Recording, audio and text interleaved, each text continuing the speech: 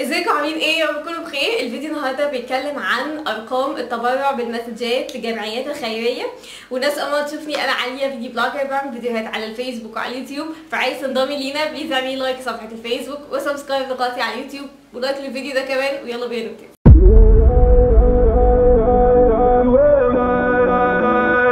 طيب هو مبدئيا قبل ما ابتدي اي حاجه، الفيديو ده is not sponsored by اي جمعيه في الدنيا. انا الفيديو ده قررت اعمله من نفسي.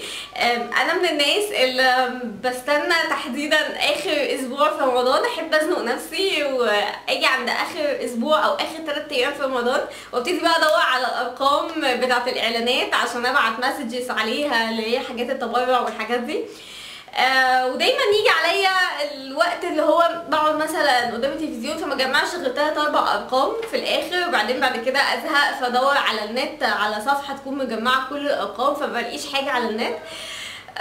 فانا قررت السنه دي الموضوع يبقى مختلف. قعدت حوالي 5 ايام قدام التلفزيون ما بقاش حاجه غير انا بكتب ارقام المسجات بتاعت الجمعيات الخيريه، اللي هي المسجات اللي هي بتبعتيها ب5 جنيه وتبقى انت كده ساهمتي في الجمعيه دي. حاولت على قد ما اقدر ان انا يعني اجمع لكم كل الارقام، بس طبعا اكيد في ممكن اكون ارقام نسيتها يعني، بس اللي انا على قد ما قدرت اجمعه مثلا قولي 90% من الارقام. يعني اول حاجه مستشفى 57 357 هتبعتي رساله على 57 357.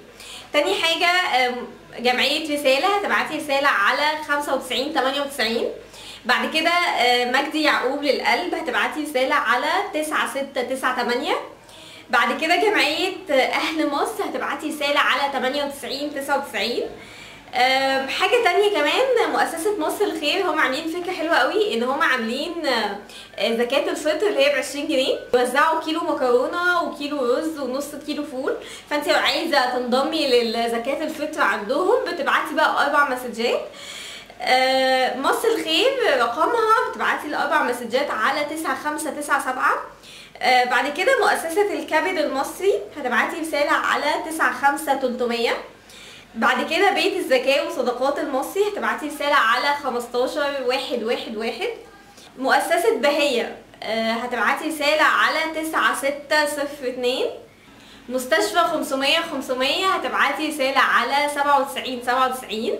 جمعية الأورمان 95066.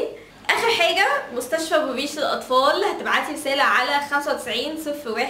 بس فهي دي معظم الارقام. يا رب اكون افدتكم في القصه دي. حاولوا تعملوا شير او تعملوا سيف ليكوا علشان لما تقرروا ان انتوا عايزين تطلعوا زكاه في 10 دقايق تبقي بعتي كل الجمعيات دي وكل الحاجات دي.